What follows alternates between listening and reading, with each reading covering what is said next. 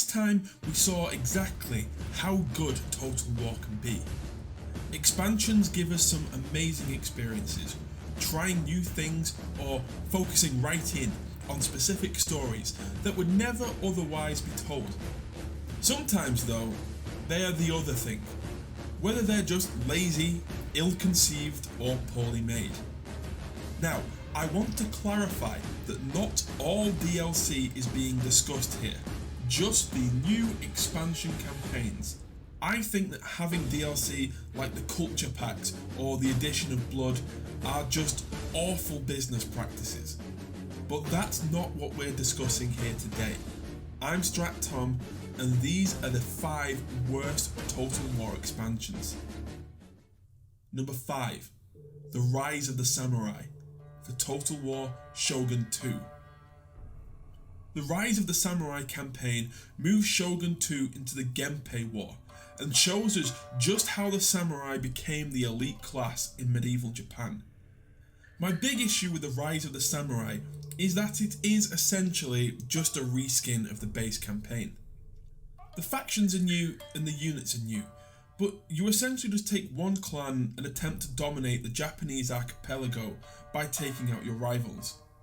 That's what you do in the base game.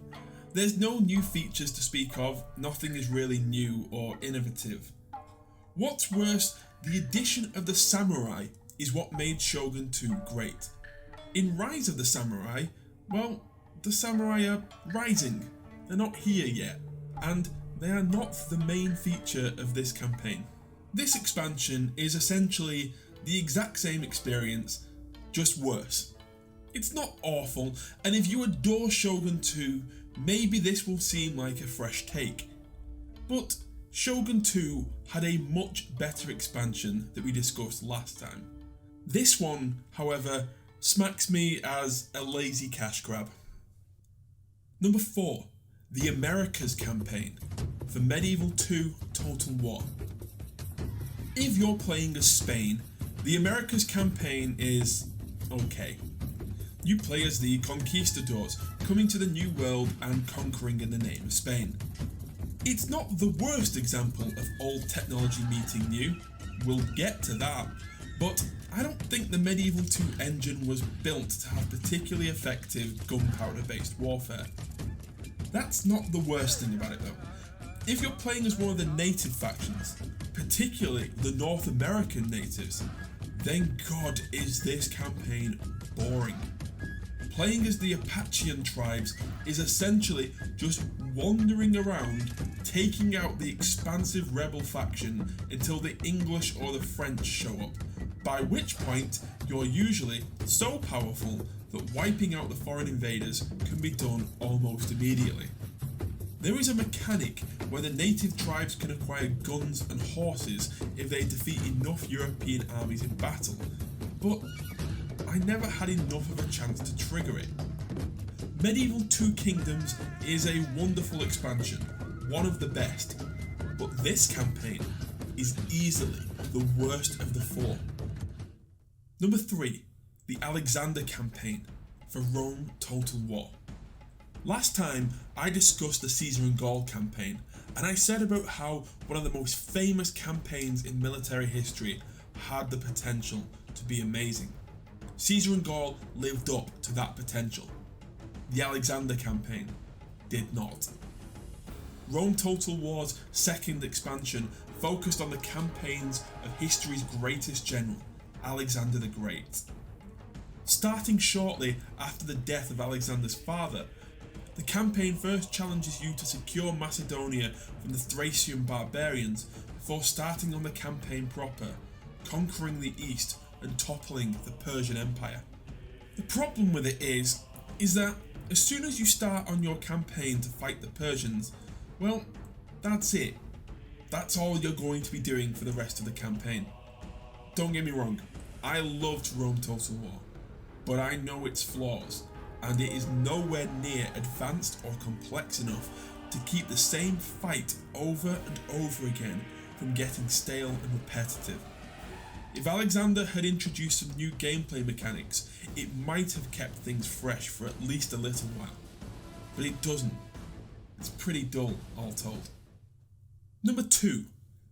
Imperator Augustus for Total War Rome 2. Speaking of loving Rome Total War despite its flaws, one big flaw of any Roman playthrough in Rome Total War is that your campaign will likely devolve into a 3-way civil war between the 3 Roman families, who will, by that point, probably control the majority of the map. Over at Rome 2, the developers looked at that slogfest of an ending to any Rome Total War campaign and decided to dedicate resources to making an entire expansion just like it. Yes, there are other factions, but the main thrust of the campaign is the 3-way civil war between the Roman factions who control the majority of the map. This is similar to the Empire Divided campaign, which would come out many years later, but at least there are some differences between the factions and some new gameplay mechanics in that particular DLC. The Civil War mechanics have always bothered me in Rome 2. They have an influence system already built in, but don't use it, where here it would have been amazing. It makes no sense to me that I have to march round and defeat every small town and 2-bit army sent against me in order to win. Why not have a mechanic where, let's say I'm playing as Octavian and I'm winning, then some of Antony's or Lepidus' forces or fringe territories, they'll start defecting away to me, like they did in real life. Lepidus, in history, lost most of his forces and land without really fighting a battle, because his troops defected en masse to Octavian. Playing as Lepidus, this is something you should have to try and stop. Playing as one of the others, maybe it's something you could try and exploit. But no, that doesn't happen. It is just a slog of a campaign. Number 1, the Warpath campaign for Empire Total War. You all knew this was coming, didn't you? On paper, the Warpath campaign excited me for the same reasons that the Fall of the Samurai campaign excited me. Irregular warfare, the old versus the new units and strategies. It could have been amazing. It wasn't. The Warpath campaign allows you to play as one of the Native American tribes combating the encroaching European powers. There are a number of problems with this campaign, which I will attempt to consolidate. 1. It's boring. All of the native factions are the same. There's little reason outside of the odd unique unit to replay this campaign. 2. Empire Total War was meant to accommodate European-style warfare. Line infantry squaring off in ranks against their enemies. This is what the gameplay mechanics favour. The whole point of the Warpath campaign is to negate this by fighting in an irregular style, outflanking and ambushing your foes. You might think, with this in mind, they would devise some new battlefield mechanics to encourage this style of play. But they don't.